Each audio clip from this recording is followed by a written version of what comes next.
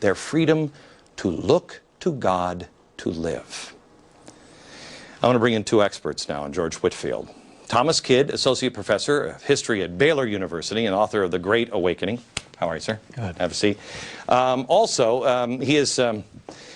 He is joined here by Jerome Mahaffey. How are you, sir? It's fine. Good. He is Associate Professor of Communications at Indiana University East and author of Preaching Politics, the Religious Rhetoric of George Whitefield and the Founding of a New Nation. Guys, first of all, neither of you thought, I'm going to do a national show on George Whitefield soon, right? Am I the first person to say? Yeah. He's totally erased from most people's history books. Now, most people have never heard of George Whitefield. How big of a role do you think he played? Well, one of the things you have to start with Whitefield is that he was the best known person in colonial America, period. How is that possible? That's like all of a sudden, I was going to say, actually, I could see this happening. That's like in 200 years, people saying, Michael Jackson, who? What? I mean, he was that big of a rock star, right? Yes, he was. I mean, it's the equivalent of someone saying that, you know, they've never heard of Billy Graham or something like that, right, for us not to know about Whitefield. He was the primary instigator of the Great Awakening of the 18th century. He spoke to and was seen by far the most people in colonial America. And before the Revolution, he was simply the best known person in America. Now, he actually, he had this weird ability to be able to speak in front of crowds outside, because nobody would let him preach in church. So he would speak out in crowds of sometimes 20,000 people, and everybody could hear him, and they said without screaming, right? That's right. He was trained in the theater as a youth. He was a talented actor. And of course, they would develop your vocal projection and your ability to get your voice out there.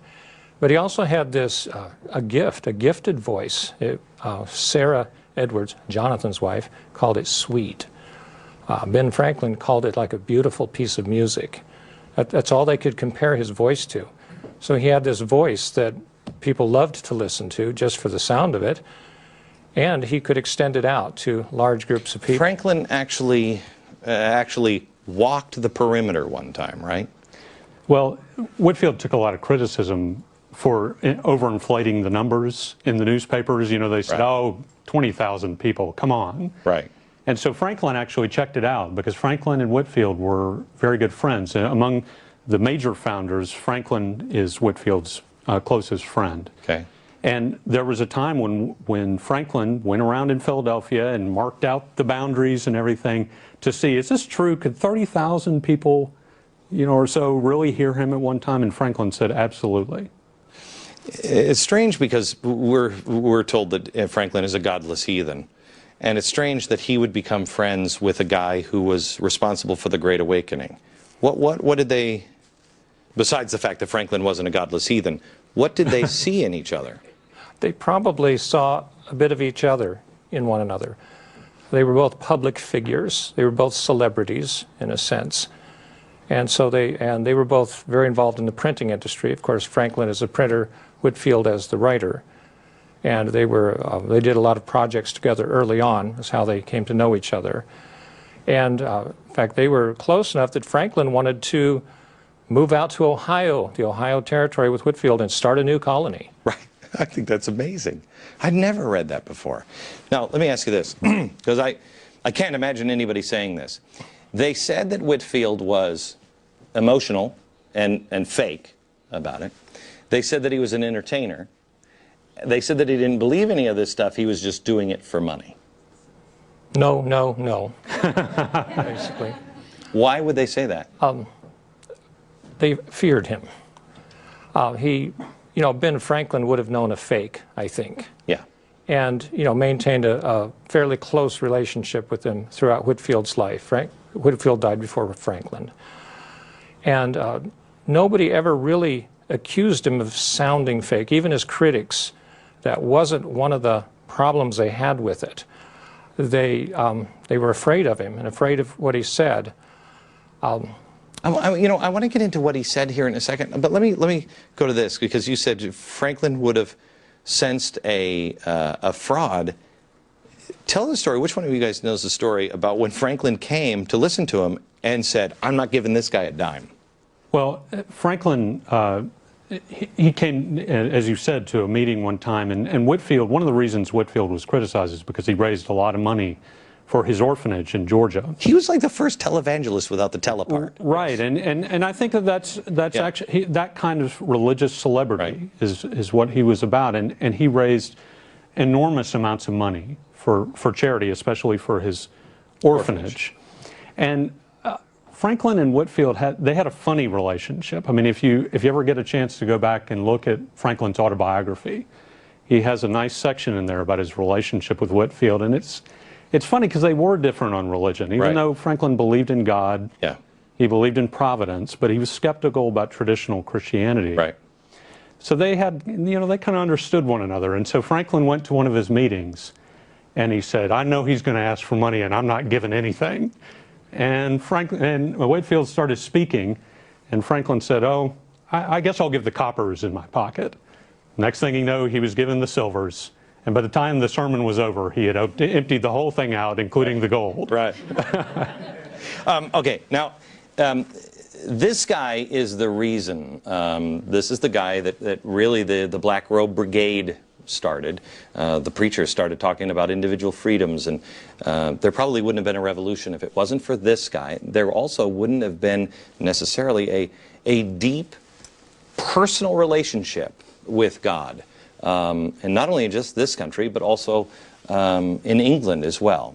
You need to meet this guy. Next.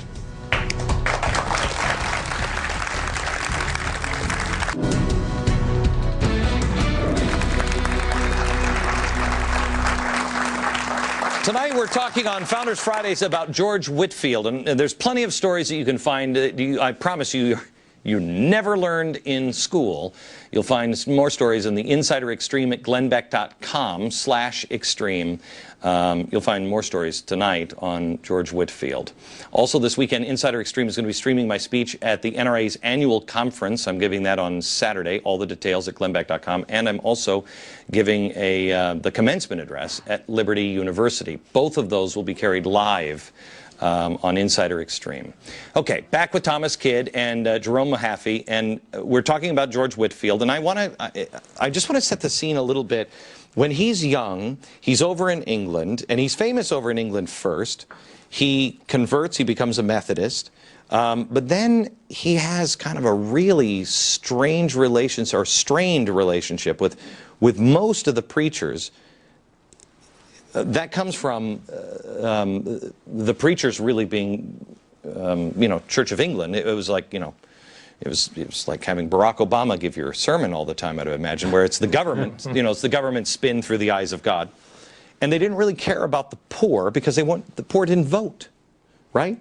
Mm-hmm. And he was the first guy that says, wait a minute, guys, there are people out there cold and hungry. And that caused some real strain in England.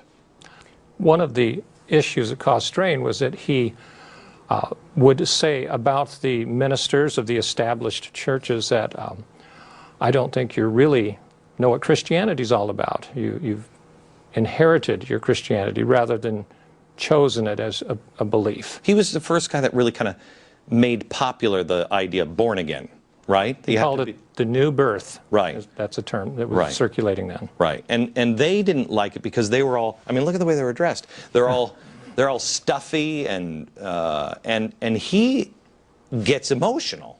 And he's like, feel it.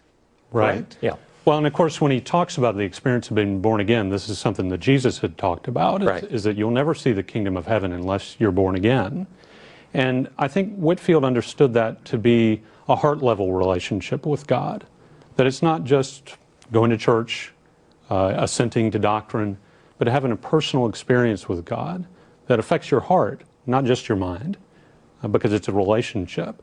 And people, of course, got very emotional about this. And you said about the poor, he would go to the coal miners, for instance, and go and say, God loves you. God cares about you. I know nobody else cares about you, but God loves you. And nobody said that. Back in those days, that was not done, right? When he went out to the coal mines, I read a story where he went out to the woods and nobody had seen. These are people that couldn't read, write. No, nobody. They were outcasts of society. And it took an immense amount of courage for him.